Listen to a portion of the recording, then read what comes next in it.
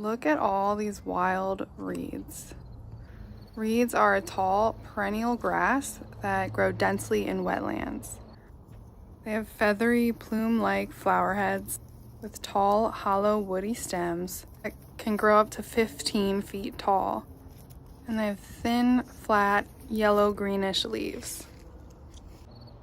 They often dominate wide areas as a large grass that grows quickly. Many countries consider them invasive. Native Americans utilize these reeds for everyday objects, such as mats and baskets, but also for some culinary uses.